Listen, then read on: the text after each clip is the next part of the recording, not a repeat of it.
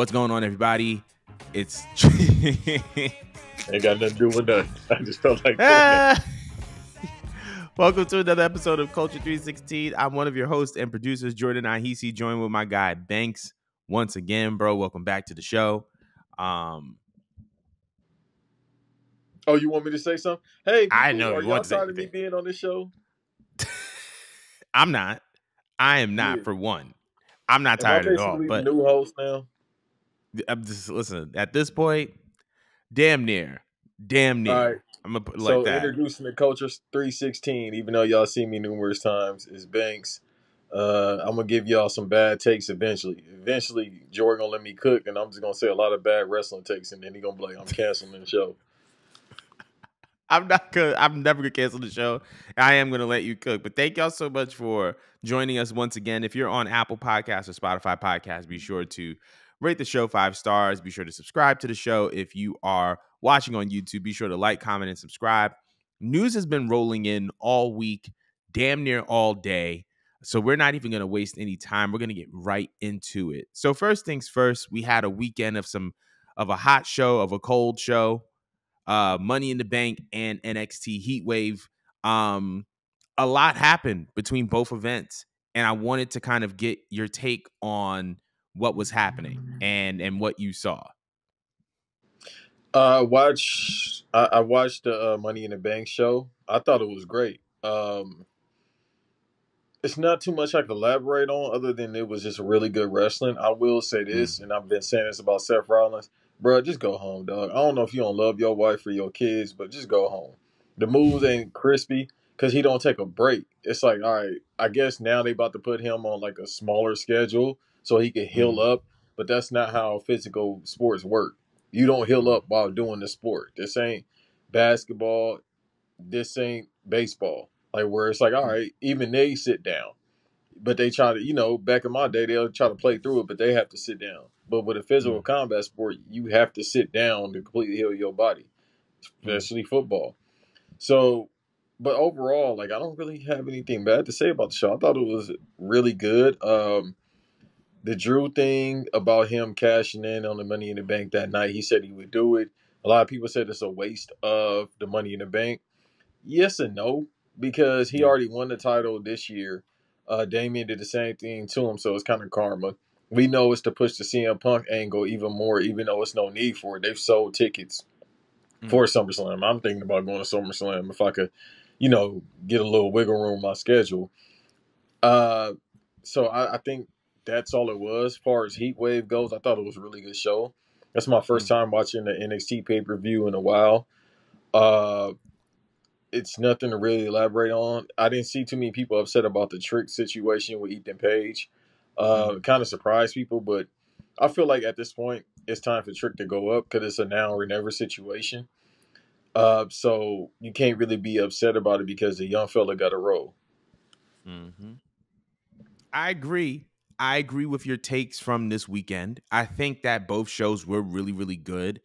I'm at first I was kind of tight that Jay didn't win Money in the Bank, but I feel like Me too, brother. You already know I'm an eater. I really wanted Jay to win, but I actually felt like this method was a little bit better. I feel like this adding fuel to the fire that was CM Punk and Drew McIntyre, and then what was CM Punk, Seth Rollins, and Drew McIntyre, I think was the way to go. I also think that the women's Money in the Bank match was really, really good. I really liked the ending of it.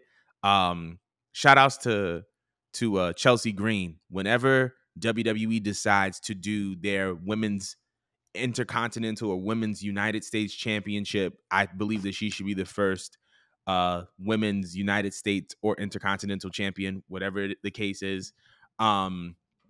I thought it was a really good show. I thought it was really, really sound. I feel like Toronto really brought it. Obviously, the thing that tugged at my heart the most was John Cena announcing his retirement tour. We saw some, he kind of spoke a little bit during the press conference after the show. We found out more details surrounding it. That essentially he kind of said it. Everything up until WrestleMania Vegas is the last. So it's going to be his last Royal Rumble, his last Elimination Chamber. His last WrestleMania is going to the next WrestleMania is going to be the last WrestleMania. And everything in between, it's just planning to be his last. It looks like he's going to have a heavy presence on WWE Raw once they move over to Netflix, which is great because it gives them an opportunity to really establish the program with some pretty hot feuds and some pretty hot matches, especially with Cena being on there, especially with all the money that Netflix paid WWE for their live broadcasting rights. So I thought that was definitely interesting. I definitely wanted to know before I give my take on Heatwave, how if you had to choose John Cena's last opponent, who would it be? I think by default you got to go with Randy Orton because Mm, anybody else, it's like, can they carry him in a match? I think this is 4 years too late, and this is coming from Jordan knows, and a lot of people that know me personally. I'm a huge John Cena mark. Like he's definitely in my top three favorite wrestlers of all time. So come hell or high water, I'll be at that WrestleMania. Ironically, it's home number 2 or 3, so to speak, being in Vegas. So mm, I'll definitely be there. It has to be Randy Orton. Some people said CM Punk, but even CM Punk at this point, it's hard for him to carry a match because he's injury prone. mm, We've seen the past 4 years, like the on and off stuff. It was like, yeah, man, you shouldn't have called it back then. Hell, he probably could have called it, well, 3 years ago, but he shouldn't have called it in 2020. It's yeah, just people get old. I think we fail to realize that because we've been watching these, icon figures for. Yeah, he been in the business what 20 he was in the E 22 years ago. So we've 22 been years. seeing, and then we fail to realize like when we see LeBron, and then Mm, LeBron has looked old the past couple seasons, 3 seasons. Like yeah, you'll see spots of him being LeBron for the first couple games, but then he'll yeah, get slow. It's just yeah, Father Time is undefeated. No matter how many supplements or regimens you take, that's just what it is. But it has to be Randy Orton. I feel like one more time, one last time would be great just because they've had one of the greatest rivalries of all time. Otherwise, that I can't see anybody else. I thought about Taker for a minute. Like, can you do that? But I yeah. think he's cooked as I don't think so. well. It's I mean Curtis cooked. Kurt is not even in shape. Like Kurt lost a lot of weight too. God bless him. So I Mm, think by default we got to go with Randy because yeah, I don't. I mean, Gunther is what people want for WrestleMania. I think he can carry him in a match if we do it at WrestleMania. mm. I actually agree with you. Actually, John Cena versus Randy Orton is the rivalry that defined ruthless aggression. When we talk about the greatest products from that era, it's John Cena, it's Randy Orton, and it's Batista. And so I feel like in that case, it's only right for you to close it out with Cena and Orton. I think that I can see Cena and Punk as well, but if they do a match, I feel like it's going to be on Raw as opposed to it being at Yeah, WrestleMania, especially with, Raw trying to establish itself on Netflix. I feel like that would be a good way to kind of add to that library. So I can see Cena, Punk for Raw, and I can see Cena, Orton for the last WrestleMania in Vegas. Now, on to Heat Wave, because I thought it was super interesting that Trick Williams lost the NXT championship. Because can you make the argument that he's being called up? Yes. I don't think it's about Trick, though. I think this is about Ethan Page. More specifically, this was about the message that WWE was trying to send AEW wrestlers who may be in question of, not in question, but may have the desire to jump from one company to the next. You look at the main roster, the face of the company is a former EVP of AEW. He's the WWE Undisputed Champion. He's Cody Rhodes. You look at NXT, the face of NXT is one of the guys in AEW who was arguably underutilized. Let's just put it like that. He was underutilized. The guy can talk. He has the look. He has the feel. I feel like this was a message to AEW to say, hey, regardless of where you are on the roster, if you think if you come over to WWE that you're going to have to lose yourself, that's not the case. You can be all ego Ethan Page. You can be the American Nightmare Cody Rhodes, which were gimmicks that were used in AEW. You can be that over here. Yeah. And on top of that, with the way that they're treating TNA, like if we look at how AEW treated TNA, yes, Kenny Omega was the TNA world champion.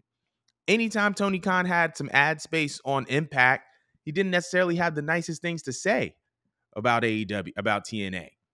But now we're seeing how the Rascals reunited on NXT.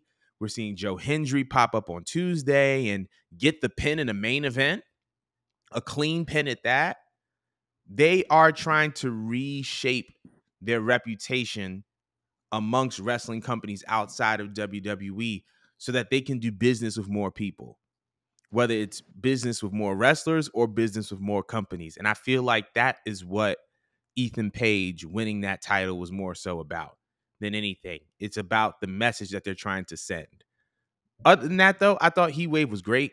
I thought it was a lot of fun. I feel like Obafemi is fantastic. He's my Yeah. favorite champion in the NXT ecosystem. Also, Sol Ruka, Kehlani Jordan, Chef's Kiss. Like them Yeah. girl, like if you ever needed proof that the PC works, that was proof.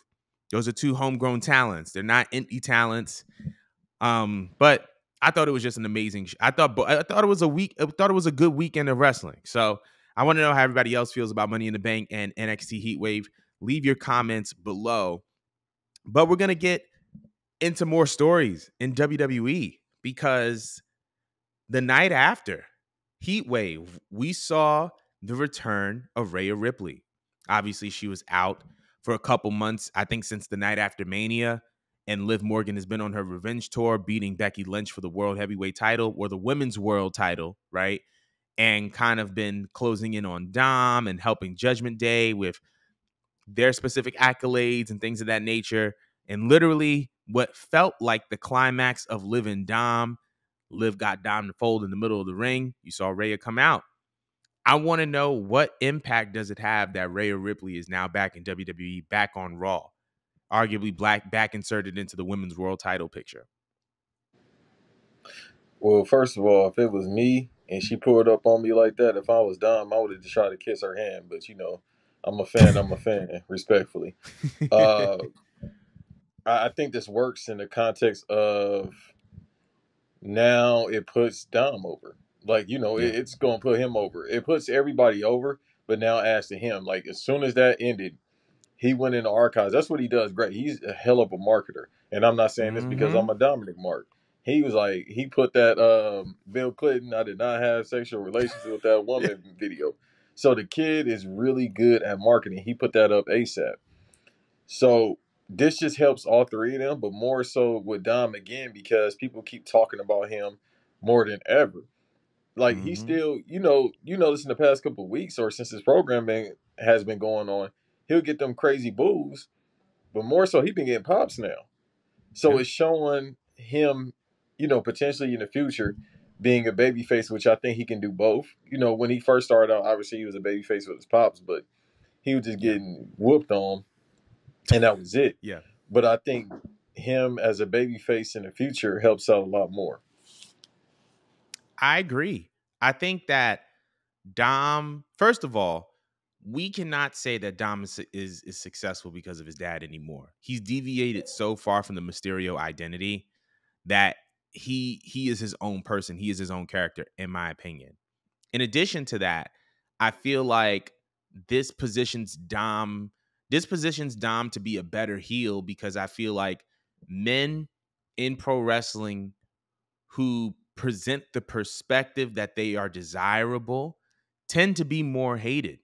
That's part of the reason why Eddie Guerrero was so hated when he first came into WWE, and you know what I mean? Like he had this aura around him that he was a desirable man.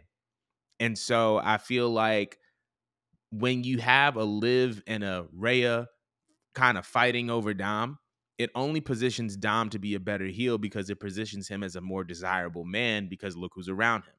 So I think that that's a very, very key thing.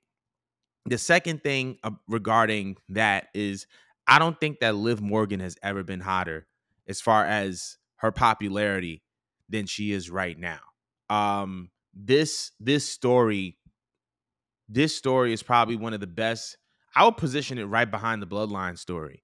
It's one of the best stories that we've seen out of WWE in the past couple years because it's so fluid. It makes sense.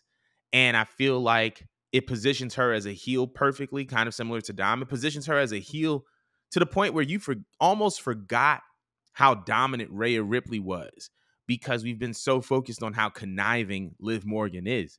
And then that puts into question when they actually have that match for that world title, who is going to win? Because while Rhea may be more physically dominant, Liv, through her character work, has shown that she could be more strategic, that she can pick apart a group from the inside out, and that she can do certain things to throw off the balance of certain people and certain individuals.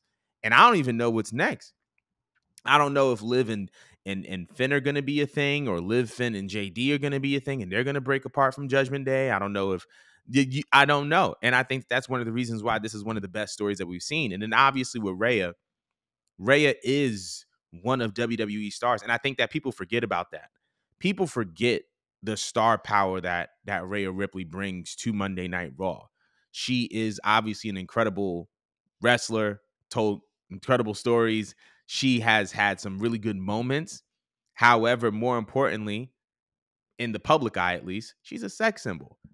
Bunch of women, same thing with Roman Reigns, right? There's a whole bunch of men and women that I know do not watch wrestling nor will watch wrestling, but they love them some Rhea Ripley. And now with the return of her to Monday Night Raw, you're going to get eyes on the product that probably would not have been there if she was not there. So I think that Rhea Ripley returning means business is booming for WWE, and it's right in time. We're in the middle of July. SummerSlam is on the horizon, and it looks like we're going to get some big matches. So I want to know how everybody else feels about Rhea Ripley returning to Monday Night Raw. However, we're going to be moving on because as one woman debuts in WWE, another woman leaves or is released from another major wrestling company because it was announced today that CJ Perry and AEW are parting ways. Now, CJ was last seen on screen as a part of an angle with Miro, formerly known as Rusev, who just so happens to be her ex-husband. And they were in a program, and then she just kind of disappeared off of TV. And now it looks like she is departing. I want to know, do you feel like she's going to make her way back to WWE? Or is this it? Are we not going to see CJ Perry ever again in pro wrestling? I think if they feel like it's a spot for her, she should go back. Honestly, I think Mm. she can do something over here. You see, like Chelsea Green is over as far as personality, and Mm-hmm. ring wise, she's gotten a little bit better. We never want to see, CJ really work. So Lana, aka Lana, we never really want to see her work. But I think if you want her to go over there and just add to that women's division, which she can, because the women's division is growing. But if you Yeah. want more storyline, you can add her. She has a look to her that's marketable. And going to Netflix again, you bring her over there, it's a good look. And I mean, if you want Yeah. to do that despite her husband for going over there when he was popping off, when the E had him more over than AEW, he been with AEW for 4 years. He ain't did but 3 matches Yeah. in AEW. So, and he was popping off like most people that went over there. So if you want to do that despite him, you can. I think it works out. Bobby Lashley ain't over there no more, so that's unfortunate. Hold on. I don't know what was going on. My bad. Had to just turn something off. As you were? That's fine. No, that's it. I think if you want to have her go over there and run that Bobby Lashley story back, that'd be great. Absolutely not. I do not Bring need to see that Omar again. through. No, no, no, no, not Dr. Umar.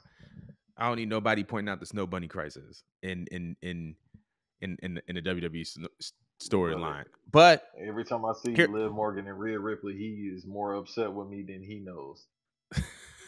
but here's what I will say about Lana, CJ Perry, I should say. I think Now that she'll be she is Lana a when she go back. she. You think she should be Lana? No, she won't. Vince ain't there no more. He would have made her not even Russian. He probably would have made her North Korean. Yeah, North Korean is crazy. But here's what I will say. I feel like CJ is a phenomenal manager. I think that as a mouthpiece, she really excels. Obviously, she has a look to her. She can go in the ring, but that's pause. But I feel like she is a great manager. I feel like she is an incredible mouthpiece, and I feel like you can pair her with somebody probably reinvigorate her character that so that she kind of, even though she was known as Lana, you can have her be more CJ Perry than she was Lana. And you could have more of her, like, her real self come out. And I just feel like there's a lot of potential of CJ potentially returning to WWE. I wouldn't be shocked. I wouldn't be surprised. I feel like she would be open to it. And I feel like you can bring her back and integrate her into a role that, obviously she was closely tied to Rusev or Miro, but I feel like you can bring her back in a way where she's kind of a refreshed version of herself, kind of similar to like how Cody was when he came back. You bring him back and he's just Cody and he's himself. I feel like you could do the same thing with Lana, but we'll actually see what happens. But we're gonna keep on the topic of AEW because this is something that heavily intrigued me was Mariah May finally turning heel on Tony Storm. We had the Owen Hart Cup final this past Wednesday on Dynamite. They're skipping up the ring. They're skipping up the ramp after Mariah beats Willow. And as they get to the top of the ramp, we see Mariah take that Owen Hart belt and beat her with it, beat Luther with it, use the high heel shoe that, Tony's been known for using, beating her with it. Somebody pointed this out on the internet that, Tony used to say, watch out for the shoe, watch out for the shoe. And it was the shoe that bloodied her and that kind of solidified this end of this relationship between Mariah and Tony. And then we see Tony bloodied, battered. We see Mariah kind of smiling with some of Tony's blood on her face. Even the post-match exclusive showed a more sadistic side of her. I wanted to know how you felt about this because I feel like we've been super critical of AEW and their ability to tell stories. I felt like this was extremely well told, but I want to know your input. I don't know who came up with this, who booked it, who wrote it, but they need to do that with every single program in AEW. That's how you begin a program, and that's how you get the heel over to eventually have Tony get a big babyface comeback that she needs because she's been a heel for so long. Now we get to see her as a babyface. That's exactly how you book a program. That's how you do it. You come in with instant heel heat. Mariah May is now about to have her and Tony Storm will have a program going on, and people will probably be watching AEW. Their ratings might spike up a little bit because of this. If this don't help, then it's for sure over. But this is how you get the ratings up because y'all are obsessed with ratings. The Mm. women in AEW have been saving that program, that Yeah. promotion. They've been saving them. From Willow and Chris Statlander they're having her stuff. Mercedes, when she decides to work every 3 months, people are watching. They have nothing else really going on outside the women's division. But whoever came up with this, A plus man. This is the best thing they've done this year thus far. And again, whoever did this booked the entire show this way. I wholeheartedly agree. I think that, like you said, the women are the current strong point of AEW programming, in my opinion, because you have Mercedes and Britt with the TBS title. You have Tony and Mariah uh on this world title. And then you have Willow and Chris, kind of not necessarily a mid-card feud, but it's one of those feuds that are fueled by the aspiration, or I should say it's one of those feuds that are fueled by championship aspirations, right? And so because of that, it has value to it. In addition to the fact that there's a personal undertone to it, right? But I feel like when it comes down to this particular heel turn, it was so interesting because they opened the show with Bryan Danielson and Hangman Adam Page. And I was like, okay, this is interesting. This is interesting that this is ending as happily as it is, right? And then I was like, well, if this is a happy ending, whatever happens next is probably going to be a tragic one. And lo and behold, and I think that this also puts, this also reinforces the value of the shot that you end on in a show, right? Like, what is your ending shot? That ending shot of Mariah at the top of the ramp with blood on her face, the high heel shoe next to Toni Storm's face, her smiling. That is an ending shot that matters. That is a shot that tells a story. And I think that the simple things like that are things that enhance your stories in pro wrestling. I feel like with this particular feud, I do find it ironic because Toni Storm was on a press conference a couple months ago because I think that she was tired of hearing about people saying that AEW needs to tell more stories or the women's division needs to tell more stories. And they were like, if you want a story, go watch a movie and da da da da da. I'm referencing coding and stuff like that. However, arguably, Tony's biggest moment in AEW currently is at the hands of a well-told story. So it's like, are we does she get it now? Maybe she's always gotten it and this was just always the plan and she just didn't want to tell us. But I think that this is how you, like you said, this is how you start a program. This is how you get a heel over. This is how you also create a new star. When Mariah May came in, she was a highly touted signing. But this is the difference between a highly touted signing and a star, right? This is the difference between signing a new talent and developing her into a star. At the end of all of this, I believe that she will be a star because of, and this is the beginning. Well, when she came in was the beginning, but this is the turning point that is going to solidify her. So I think that it was very, very well done. I think it was great. But I want to know what everybody else feels about Mariah May turning heel on Toni Storm.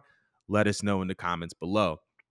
In addition to women, with the WWE, it just seems as if the rich are getting richer because this past week it was official. Stephanie Vaquer signed with the WWE. She was holding titles with New Japan Pro Wrestling and CMLL, and she is now headed to WWE as Shawn Michaels, I believe, confirmed, if I'm not mistaken. Don't quote me on it.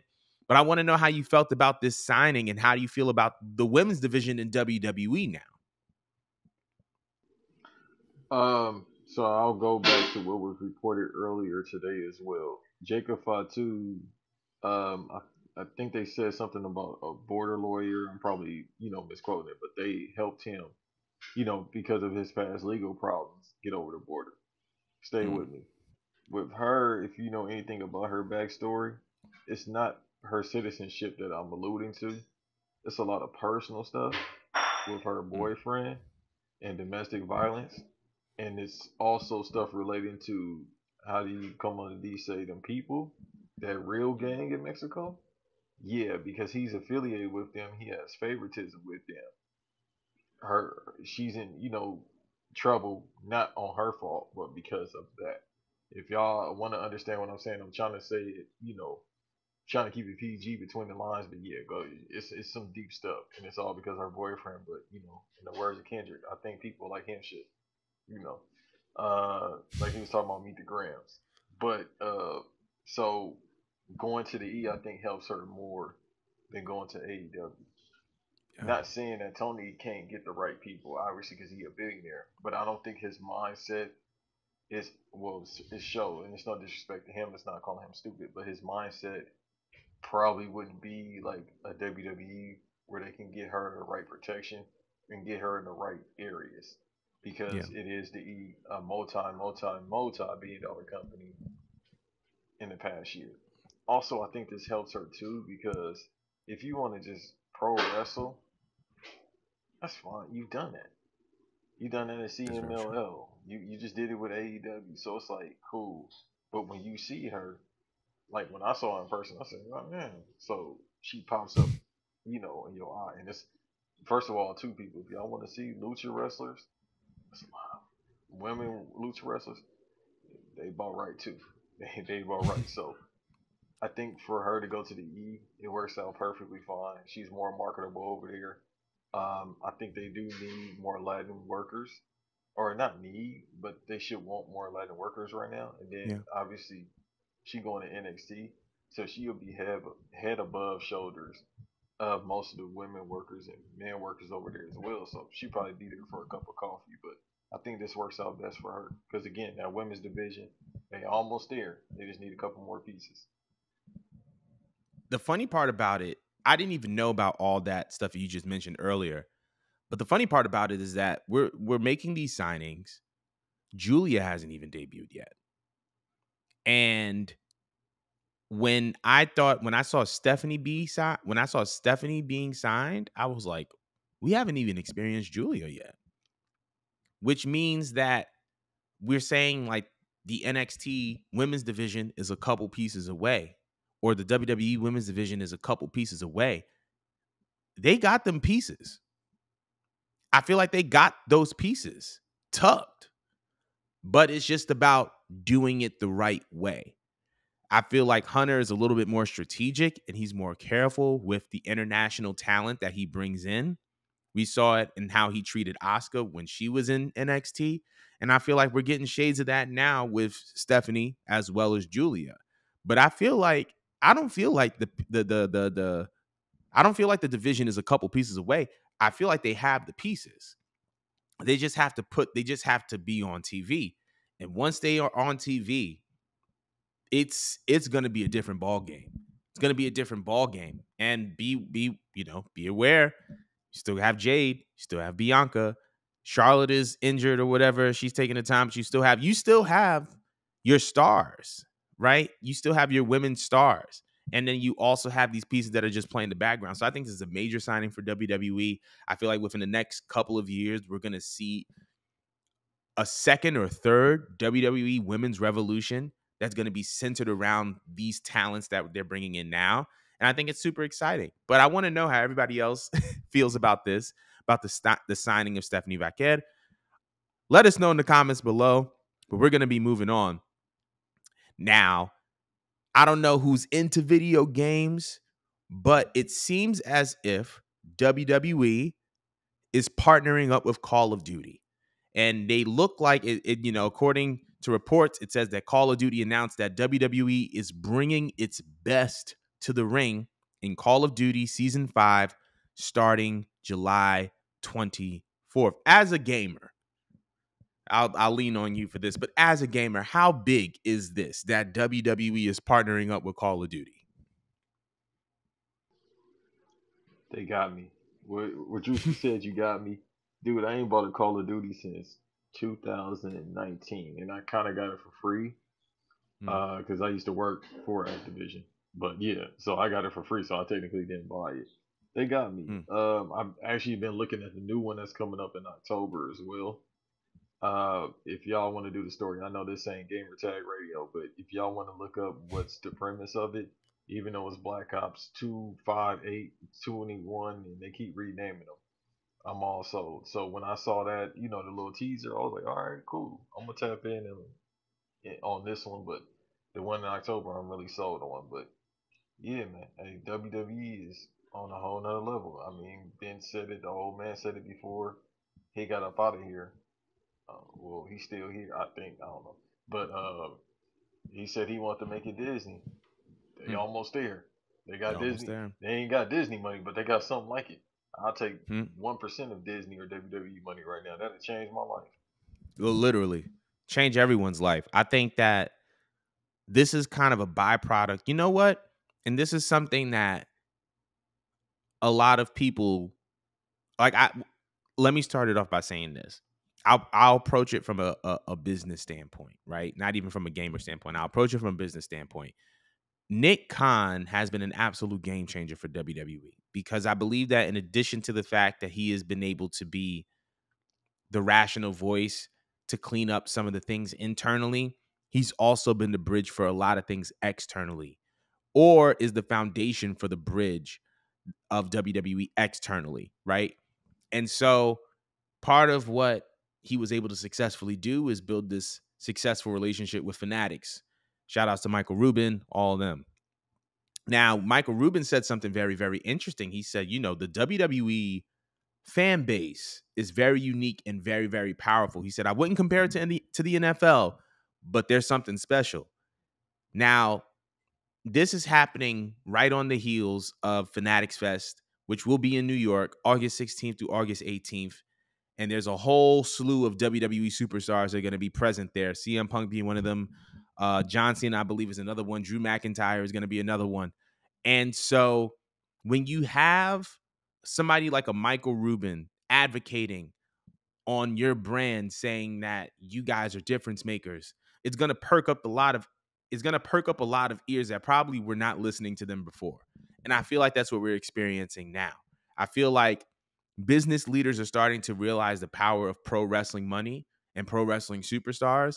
And I believe that they're trying to take full advantage of it. And that's the reason why we're seeing, you know, WWE and Call of Duty collaborating, because it's like that, you know, this is what happens when you're the biggest in the world. This is what happens when you have a cultural impact. So, not surprised about it. I'm very excited to see what comes of it.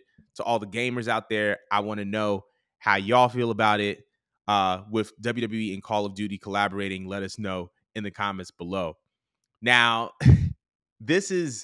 I was scrolling because I saw something. There was a couple things that I saw, and we're going to talk about them one after the next because technically that was our last topic. But two things. Number one, it says, well, Fightful has reported that it looks like they have settled in or are closing in on a city for Survivor Series 2024. And it looks like this year they will be doing it in Los Angeles, specifically at the newly built Intuit Dome in Inglewood, California, right down the block from SoFi, right down the block from the Forum. Want to know, are you in favor of this move, and do you believe that they should move forward with it? I ain't been home since last September, so they got to give me a reason. So absolutely, I'll be there. Cause, hey, bro, the Dodgers, not Dodgers. I'm tripping. The Clippers. Well, they was. Anyhow, the Clipper tickets about to be the same price as they used to be at the LA Sports Arena when I was growing up. All right, even when they went to the Staples Center in '06 when they had Sam Cassell, uh, damn, I was about to say Quentin Richardson. Yeah, it was Quentin Richardson. Yeah. No, was it Quentin Richardson? No, Corey Maggette. I'm tripping. Yeah. Quentin Richardson. It was Corey Maggette, Sam Cassell, Michael Oliver Candy. All right, and Elton Brand when they made the playoffs in '06. That's how much the ticket's gonna be here. All right, because Kawhi barely gonna play. Kawhi's my guy, but he barely gonna play. So they need some money. Or well, they don't need money because of Steve Ballmer. But y'all get what I mean. Yeah. But I'm all in favor for it. I'll definitely be there. Once they announce and tickets go on sale, I'll be there. I plan on being at Bad Blood. I hate to put my business out, but I plan on being at Bad Blood because it's gonna be in Atlanta. But for show in November, I'll be there at home. That gives me a reason to go to that arena because I don't want to see the Clippers play. So hey, they gonna make some. It's November too. Yeah. They're It's going to make some November in money. LA. Yeah, Yeah. that's where a lot of people that got houses out there when they don't want to be in the East Coast, they come to LA Yeah. during that time in Florida. So yeah, they'll make some money, and I'll be there. I've never been to a Survivor Series. I think everybody in LA is kind of, even though not everyone in LA is necessarily big on the Clippers, obviously you have the Lakers here and stuff like that, but there is a lot of interest surrounding the Intuit Dome. The tech in it is incredible. The location is dope considering that you have SoFi in the Forum there. And I feel like anytime there's a new building, WWE does its due diligence to rush in and establish a presence right away and establish some prestige or some honor in there right away. I mean, we can talk about soon as the Barclays went up, WWE was in there to the point where you would have thought that that was their home. But you know, WWE's home is the Garden. But nevertheless, they got into the Barclays Center and they made sure they had events. They established a presence, made sure that this was part of their territory. And I feel like this is going to be the same thing, right? They're going to go into the Intuit Dome. They're going to create some moments. They're going to create some moments. They're going to do some cool things. And considering what we're experiencing with the Bloodline storyline, I think that this is the perfect time. I think this is the perfect time to create something special because you got a whole bunch of Cali in the Bloodline. Hey, I was just about to say that, and they Samoans, and you know where Yeah. all the Samoans at? Hawthorne, which is right over there in Inglewood. Yep. That's down Yep. the street, and then Gardena, that's down the street. Then Carson, Right. 405. So Yep. yeah, they might want to make that move. I'm not. And speaking of Samoans, and this is the perfect segue. Speaking of Samoans, it was also reported by, I believe, WrestleVotes that Roman Reigns will be slated to return for this year's SummerSlam. The aura is back. The OG is back. Do you feel like this is a good move? Should Roman come back so soon, or do you think that there needs to be some time so that this new bloodline can, have some accomplishments under their belt? What accomplishments? They can't even make third team Third team is with this crazy. squad. Bruh, they for sure the Charlotte Hornets right now. Oh And my I don't god. even know if they got Lamelo. I can't even say Jacob is Lamelo because Lamelo is a cold player. But damn, I don't know who to say they are right now. A bad team with a great player. It ain't too many in today's NBA. But I will say, yeah, my tribal chief needs to come back. But if he want to take months off, he can do that. Obviously, he just filmed a movie. He lost his spots, which is more important. But if he feel like he ready to come back, he is. He gonna be on the same type of schedule he been on the past couple of years. So, and in May, June, July, that's like a 5 month break from TV. I think that's good enough. Hmm. And then the story. And then if they do this, if he is coming back next month, they probably like, we kind of run out of ideas with this current bloodline joint. So he might want to come back because this solo thing ain't really working out like we probably thought it would. Mm. But if if it was me, I'm biased because again, most of them, I don't know. I think the Tonga brothers, they from actual the island. I think they actually from the island of Tonga. But obviously Solo, and then it goes without saying with Jacob, because hell, he is Cali on 1,000 from the way he talk and the way he act. But if it was up to me, because I am biased, and Jacob is my guy, I make him the tribal chief tomorrow, and then have him and Roman Reigns have a program, which may happen. We don't know what's gonna happen. They might Right. actually switch up and do that because yeah, little by little in the past couple of weeks, like, oh, this Jacob Fatu dude is the real deal. And I'm like, yeah, I've been saying it for years. So, Roman come back. He come back, but he got to get. We know the Usos got to get back to right. So it's Yeah. like you got a month to make that story. You got to do I, something with that because it can't just be him by himself coming back. literally. That's the reason why I was saying they should have some time. Like when I say they should have some time to get some accomplishments under their belt, I'm not saying that they are accomplished already. I'm saying like give God the tag titles for a little bit, right?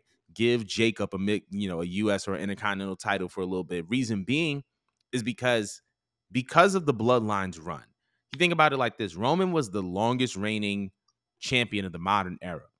The Usos became the longest reigning tag team champions ever, right? And then Solo tagged along, and even Solo was a North American champion. Sammy ended up being a tag team champion and an intercontinental champion after that. Paul Heyman became a Hall of Famer.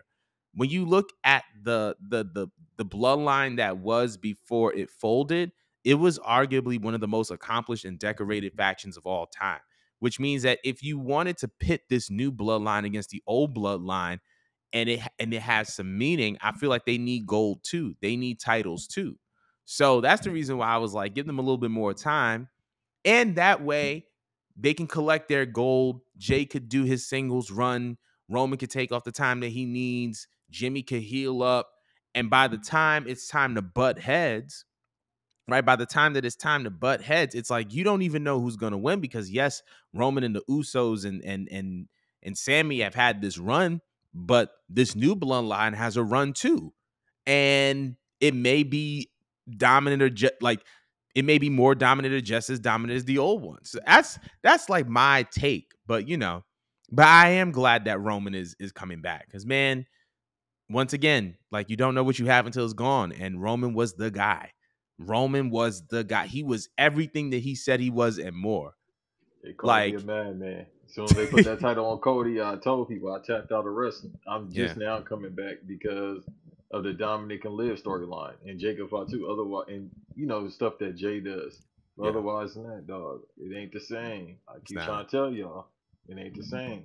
But I feel like people, but once again, the whole point of a heel being a heel, and part of the reason why heel runs are so interesting is because they say all this stuff, and then after the fact, you realize it was true. Roman was everything that he said that he was. But I want to know how everybody else feels. Should Roman Reigns return at SummerSlam? Let us know in the comments below. But once again, thank y'all so much for tuning in to this episode of Culture. Banks, per usual. Thank you, bro. And once again, we'll see y'all next week. I ain't Not even the. play. I was like, now you be the Q dog.